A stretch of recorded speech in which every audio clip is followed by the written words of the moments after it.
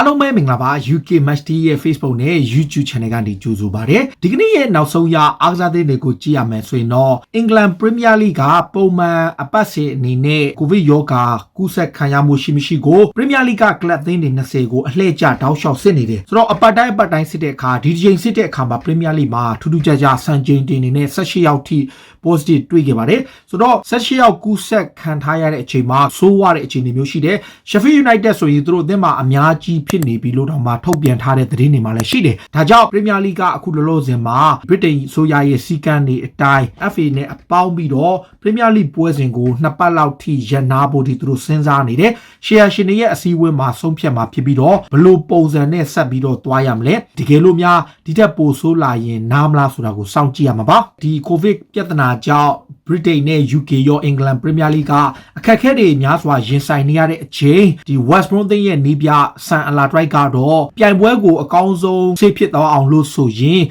ဒီ2ပတ်လောက်ထိနားသိနေအနားပေးသိနေလို့ဆိုလိုက်ပါတယ်လက်ရှိနေထားရကလပ်သင်းတိုင်းမှာရော Manchester City အပါအဝင်ပွဲတွေတော်တော်များများမှာလေတကယ်ကိုစိုးဝါတဲ့အခြေအနေမျိုးဖြစ်နေတဲ့အောက်တန်းလီတွေကပွဲဆိုရင်တော်တော်များများကိုပွဲရွှေ့ထားတဲ့အတွက်ကြောင့်ပစ်ဆန်ကတော့စောင်းရသည့်အတွင်းမှာပဲ Premier League ပွဲစဉ်အချို့ကိုခဏရန်နာသိနေလို့ Premier League ဖွဲ့ချုပ်ကိုတိုက်တွန်းလိုက်ပါတယ်ဒီလိုမျိုးပြောနေတဲ့အချိန်မှာ Manchester United ရဲ့နီးပြ Ole Gunnar Solskjaer ကတော့ဒီကိစ္စနဲ့ပတ်သက်ပြီးကျွန်တော်တို့ကကလပ်သင်းနေနဲ့ရောအစုဖွဲ့လေးနေရော Premier League ကချမှတ်ထားတဲ့စီကံတွေ UK အစိုးရကချမှတ်ထားတဲ့စီမင်းစီကံတွေတိုင်းဆက်ပြီးတော့စနစ်ကျဆောင်ရွက်နေထိုင်မယ်အလုပ်ကိုစနစ်ကျတေချာပေါက်လုပ်မယ်ဆိုရင်စီကံပိုင်းဆိုင်ရာလိုက်နာတဲ့အတွက်ကြောင့်ကျွန်တော်တို့အနေနဲ့နားစရာမလိုဘူးဆိုပြီးတော့သူကပြန်လေတုတ်ပြန်ပြောကြားထားတယ်ဆိုတာကလက်ရှိမှာဆိုရှာရဲ့အသင်းကလည်းရလက်ပိုင်းတွေကောင်းနေပြီးတော့အသင်းကခြေစွမ်းတည်ငြိမ်တဲ့အခင်မှာသူတို့ရဲ့ပွဲစဉ်တွေကိုနားဖို့အတွက်ကိုသူကမလိုလားတဲ့အတွက်ကြောင့်သူကပြန်ပြီးတော့ဘစ်ဆန်ပြောထားတာကိုတုံ့ပြန်ပြောကြားထဲတာပါချိန်ထဲမှာပဲအခုဆိုရှာဟာဟိုတနေ့ကနိုင်သွားတဲ့ Wolverhampton နဲ့ပွဲမှာသူတို့အသင်းဟာအတိုင်းအတာတစ်ခုထိကန်ကောင်းခဲ့တယ်လို့လည်းပြောတယ်ဒါပေမဲ့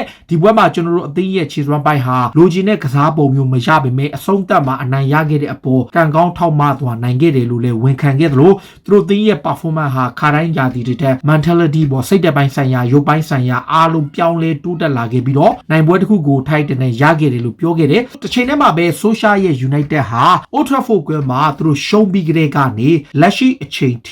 ိသူတို့ဇက်တိုက်အနေနဲ့နိုင်ပွဲတွေဆက်နေတယ်နောက်ဆုံးလိပြိုင်ပွဲသူတို့6ပွဲမှာ9ပွဲအထိနိုင်ထားပြီးတော့တကယ်ကိုခြေစွမ်းပြနေတဲ့အချိန်မှာ United အတွက်ဒီနေ့ရာသီ title race ဟာတကယ်ကို champion ပြိုင်ပွဲအတွက်အရေးပါတဲ့အခြေအနေမျိုးသူတို့ဟာအခြေအနေတစ်ခုရရှိနိုင်လိမ့်မယ်လို့ Solskjaer ဘက်ကယုံကြည်လျက်ရှိနေတာပါဘာစီလိုနာအသင်းကတော့ဟိုတနေ့ကကစားခဲ့တဲ့ Eibar နဲ့ပွဲမှာတကိုးစီတီးချသွားတဲ့ပွဲမှာလက်ရှိလာလီဂါဖလားကြီးဟာသူတို့အတွက်ရေဘူးအားဖြင့်ကြည့်ရင်မျောလင့်ချက်အများကြီးရှိသေးတယ်ဘာမဆိုဖြစ်နေတဲ့ယာတီဖြစ်တဲ့ကြောင့်သူတို့အနေနဲ့လည်း Atletico Madrid ကိုကြော်ပြီး champion ဖြစ်ဖို့ခက်ခဲပေမဲ့သူတို့အသင်းမှာလည်းမျောလင့်ချက်တွေရှိသေးတယ်အခွင့်အရေးတွေအများကြီးရှိသေးတယ်လို့ဆိုလိုက်ပါတယ်ဘာဆိုနာကဟိုတနေ့က Messi မပါတဲ့အသင်းဟာ Eibar ကိုနောက်ကလိုက်ကစားခဲ့ပြီးတီးချခဲ့တာပါအဲ့ဒီပွဲမှာတီးချပြီးတော့ဆိုးဝါးတဲ့ရလက်ထွက်ခဲ့ပြီးတော့ဒီနေ့ယာတီဘာဆိုနာရဲ့အိမ်ကွေးနုကမှာ6မှတ်ပဲရထားတဲ့ဘာဆိုနာအသင်းပေါ်ကိုစပိန်နိုင်ငံကသတင်းစာတွေမီဒီယာတွေကတော်တော်ကိုပြစ်တင်ဝေဖန်ကြတယ်မက်ဆီမရှိတော့တဲ့ဘဝကိုအခုစတင်ခံစားနေရပြီးမက်ဆီမပါတဲ့ဘာဆိုနာဟာဘာမှမဟုတ်တော့တဲ့အသင်းတစ်သင်းဆိုပြီးတော့လည်းဝေဖန်ပြစ်တင်မှုတွေရှိခဲ့တယ်ရိုနယ်ကူမန်ကတော့နီးဗျူဟာအသင်းနီးစနစ်အသစ်တွေနဲ့ဘာဆိုနာကိုစမ်းသပ်အသုံးပြုနေရင်ကကလပ်အသင်းက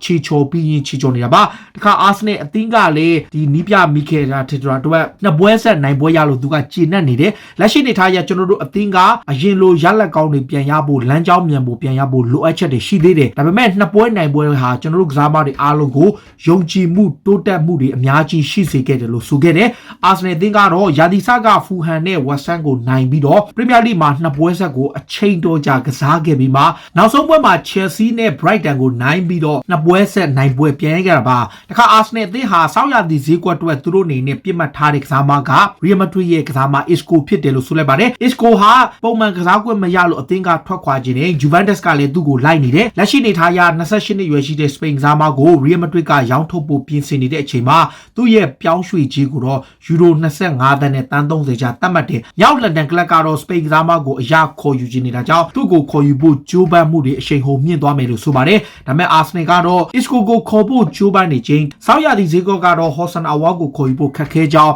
နမဲကြီးသတင်းသာဖြစ်တဲ့ Athletic ကဖော်ပြခဲ့တာပါတခါ Arsenal အသင်းအနေနဲ့ဒီနေ့ရာသီရလပိုင်းတွေဆိုးဝါးမှုအတွက်ကလပ်အသင်းဘက်က January မှာတော့ဖြည့်တင်းမှုတွေပြုလုပ်ပေးမယ်လို့ဂရီပေးထားတာလည်းဖြစ်ပါတယ်တခါအင်္ဂလန်လက်ရွေးစင်အသင်းနဲ့ Juventus ရဲ့နီးပြဟောင်း Fabio Capello ကတော့သူတို့ရဲ့တိုက်စစ်မှု Paulo Dybala နဲ့ Spurs ရဲ့ Hurricane ကိုလဲသိတယ်လို့တိုက်တွန်းခဲ့တယ်သူကိုယ်တိုင်ကလည်းဒီလိုအခွင့်အရေးရှိရင်လဲချင်တောင်းနဲ့ Juventus အနေနဲ့ Paulo Dybala နဲ့ Hurricane ကိုပြောင်းရွှေ့ခြင်းအလိုက်ပေးပြီးတော့ခေါ်ယူဂျိုးပန်သိနေဆိုပြီးတော့သူကတိုက်တွန်းလိုက်ပါတယ်တခါ Manchester City ကလည်း Barcelona ရဲ့တိုက်စစ်မှု Messi ကိုအရခေါ်ယူဖို့ဂျိုးပန်နေတယ် Messi ကိုယ်တိုင်ကမေဂျာလိမှာကစားခြင်းလို့ပြောထားပေမဲ့ Man City ကသူ့ကိုမရမှာကိုစိုးရိမ်နေတာပါတာဝန်ရှိသူတွေကတော့ Messi ကိုစောင်းရသည့်ဈေးကွက်မှာအကျိုးသဘောတူညီမှုရဖို့ခက်ခဲပေမဲ့နွေရာသီမှာတော့ PSG ကိုကြော်ပြီးတော့အရခေါ်ယူနိုင်ဖို့ပြစ်မှတ်ထားနေတယ်လို့ဆိုပါတယ်ဒီချိန်ထဲမှာပဲ Man City ဟာသူတို့ရဲ့လူငယ်ကစားမလေးတယောက်ကို Borussia Dortmund ကိုဆုံးရှုံးရပွဲရှိတယ်လူငယ်ကစားမလေး Jadon ဆိုတဲ့ Charlie လေးဟာ Borussia Dortmund ကသူ့ကိုခေါ်ဖို့လုပ်ချင်နေတယ်အသက်16နှစ်ပဲရှိတဲ့ကစားမကို Dortmund ကနောက်ထပ် Sancho ပုံစံမျိုး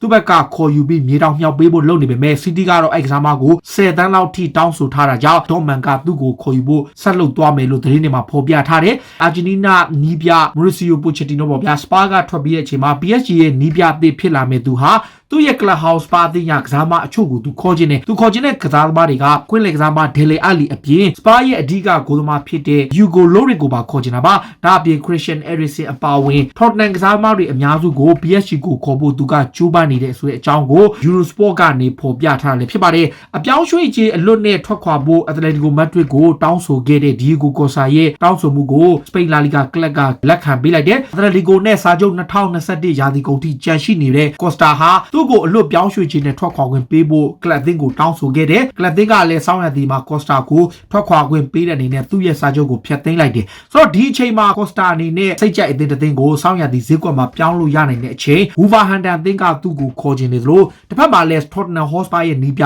Jose Mourinho ခေါ်ခြင်းနဲ့ Mourinho ဆိုရင်သူ့ရဲ့တပည့်ဟောင်းကို Spurs မှာခေါ်ခြင်းပြီးတော့ Spurs ရဲ့အရန်တိုက်စစ်မှုဒါမှမဟုတ်ရှင် Hurricane နဲ့အပြိုင်သုံးဖို့အတွက်သူ့အနေနဲ့ခေါ်ယူဖို့စဉ်းစားနေတယ် Wolverhampton ကလည်းတိုက်စစ်ပိုင်းမှာ Raul Jimenez ဒဏ်ရာရနေလို့ Costa ကိုခေါ်ခြင်းနဲ့ Costa ဟာရာသီအစပိုင်းလုံးကတော့ Wolves သင်းနဲ့သတင်းတွေထွက်ခဲ့တယ်ဒါကြောင့် Wolves ကနောက်ထပ်တစ်ချိန်ခေါ်ယူဖို့ကြိုးပမ်းသွားမယ်လို့ဆိုထားပြီးတော့ Diego Costa ကိုခေါ်ခြင်းနဲ့ကလပ်တွေများနေတယ်သူ့ကိုခေါ်ခြင်းနဲ့ကလပ်ထဲမှာ Arsenal အသင်းလည်းပါလို့မြောက်လန်ဒန်ကလပ်နဲ့ Wolverhampton အသင်းတို့အားပြန်ရပွဲရှိတာပါတခြားထိပ်တန်းကစားမအချို့ကိုလည်း Wolves ကစောင့်ကြည့်နေတယ် Wolves နေနဲ့အထူးသဖြင့်တိုက်စစ်မှုကိုသူတို့ခေါ်ခြင်းတဲ့အတွက်ကြောင့်Costa ကိုအဓိကပြစ်မှတ်ထားပေမဲ့တခြားထိပ်တန်းအဆင့်ရှိတဲ့တိုက်စစ်မှုအချို့ကိုလည်းသူတို့ဘက်ကယာထားသေးတယ်လို့ဆိုထားပါတယ်။ဒါကလီဗာပူးအသင်းကလည်းအင်တာမီလန်ရဲ့နောက်ခံလူမီလန်ရှ်ကွန်ညာကိုခေါ်ယူဖို့အဆုံးသတ်လိုက်ပြီဖြစ်ပါတယ်။စောပိုင်းတော့ကတော့ဒီကစားမကိုခေါ်ခြင်းနဲ့ဒါပေမဲ့25နှစ်အရွယ်ရှိတဲ့ကစားမကိုအင်တာမီလန်ကပေါင်54တန်းထိသတ်မှတ်တယ်။ဆိုတော့သူတို့အနေနဲ့ဒီပြောင်းရွှေ့ခြင်းကိုပေးချေလို့ခြင်းမရှိတာကြောင့်သူ့ကိုခေါ်ယူတော့မှာမဟုတ်ဘူးဆိုပြီးတော့လီဗာပူးဘက်ကအတည်ပြုခဲ့တာပါ။လီဗာပူးရဲ့အဓိက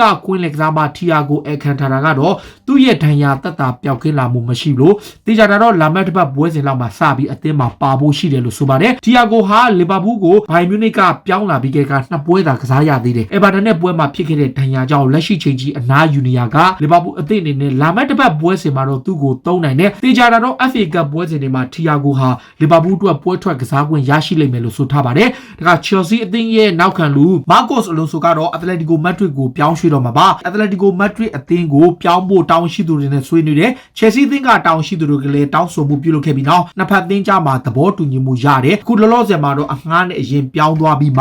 ရာသီကုန်မှာအပိသက်ခေါ်ယူမယ်လို့ပြောကြားထားပါတယ်ချိန်ထဲမှာပဲလမ်ပတ်ကသူ့ရဲ့ယာဒူအတွက် Thomas Tuchel ကဖိအားပေးနေတယ်ဆိုတဲ့အကြောင်းတွေကိုသူကညှင်းဆိုထားပြီးတော့သူ့အနေနဲ့ကလပ်အသင်းမှာဆက်ရှိမယ်လို့ယုံကြည်ကြောင်းနဲ့ဒီကလပ်အသင်းဟာသူ့ကိုဆက်ပြီးထောက်ပံ့ပေးသွားလိမ့်မယ်လို့လူကြောင့်ပြောကြပါတယ်ဒါအပြင် Thomas Tuchel တယောက်သူ့ရဲ့နေရာကိုပြစ်မှတ်ထားနေတဲ့ Chelsea ဘက်ကသူ့ကိုယာထားတယ်ဆိုတဲ့အကြောင်းတွေကိုတော့သူကစိုးရိမ်ပူပန်မှုမရှိကြောင်းနဲ့သူ့အနေနဲ့ဘာဖီအားမှမရှိဘူးလို့လမ်ဘတ်ကဆိုခဲ့တာပါဂျူဗန်တက်စ်ကလည်းသူတို့ရဲ့တိုက်စစ်မှုဟောင်းဖာနန်ဒိုလော်ရန်တီကိုပြန်ခေါ်ခြင်းနဲ့နာပိုလီကိုပြောင်းသွားပြီးတဲ့ကတိတ်ကစားခွင့်မရတဲ့လော်ရန်တီကိုဂျူဗန်တက်စ်ကပြန်ခေါ်ခြင်းနဲ့လော်ရန်တီဟာ2015ခုနှစ်ချန်ပီယံလိဘောလီပွဲတက်တုန်းကဂျူဗန်တက်စ်ကကစားမတယောက်ဖြစ်ပါဝင်ခဲ့သလိုသူ့ရဲ့အသင်းဟောင်းကိုတကြော့ပြန်သွားဖို့ရှိနေတာပါဂျူဗန်တက်စ်အနေနဲ့လက်ရှိမှာဖာနန်ဒိုလော်ရန်တီအပါဝင်ထိပ်တန်းအဆင့်ရှိကစားမတွေကိုလည်းအားဖြည့်ဖို့ပြုလုပ်ခြင်းလို့ဆိုပါတယ်အသင်းလက်မှတ်ဖြစ်နေတဲ့အာဆနယ်နဲ့ဝက်ဆန်ကွင်းလက်ကစားမဟ ဟောင်းဖြစ်တဲ့ Jack Wilshere ကတော့သူ့အနေနဲ့သူ့ရဲ့ကလပ်ဟောင်းဘုံမောက်နဲ့လေ့ကျင့်နေလို့ဆိုပါတယ်အာဆင်နယ်မှာရှိစဉ်တုန်းကဘုံမောက်အသင်းကိုအငှားသွားကစားခဲ့မှုတဲ့ Wilshere ကို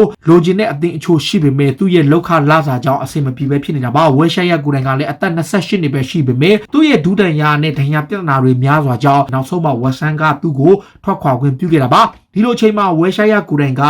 သူ့ရဲ့အငှားကစားမှုတဲ့ဘုံမောက်မှာကြန့်ခိုင်မှုအတွက်လေ့ကျင့်ခန်းတွေဆင်နေပြီးတော့အသင်းတစ်ကိုတော့စောင်းရသည့်ကာလမှာပြောင်းရွှေ့နိုင်ဖို့ထိပြစ်မှတ်ထားတယ်ဘယ်အသင်းကိုပြောင်းမလဲဆိုတာတော့သူ့အနေနဲ့မသိသေးဘူးလို့ဆိုလိုက်ပါတယ်ဘိုင်မြူနစ်အသင်းကလည်းဒါဗစ်အာလာဘာရောဂျရုံးဘိုတန်တို့နှစ်ယောက်ကိုတော့စောင်းရသည့်ဈေးကွက်မှာထွက်ခွာခွင့်ပြုမှာမဟုတ်ဘဲနဲ့လူရသည့်ကြမှာသာအလွတ်ပြောင်းရွှေ့ခြင်းနဲ့ထွက်ခွာခွင့်ပြုမယ်လို့ဆိုလိုက်ပါတယ်ဒါတွေကတော့စိတ်ဝင်စားကြနောက်ဆုံးရအားကစားသတင်းတွေကိုတင်ဆက်ပေးတာပါခုလိုမျိုးအားကစားသတင်းတွေကိုနားဆင်နေကြည့်ရှင်တော့ UK Matchday ရဲ့ Facebook နဲ့ YouTube Channel ကို follow လုပ်ထားကြပါလို့တောင်းဆိုရင်းနဲ့ဒီကနေ့ရဲ့အစီအစဉ်ကိုဒီမှာပဲဆုံးသက်ပြစေအားလုံးကိုကျေးဇူးတင်ပါဗျာ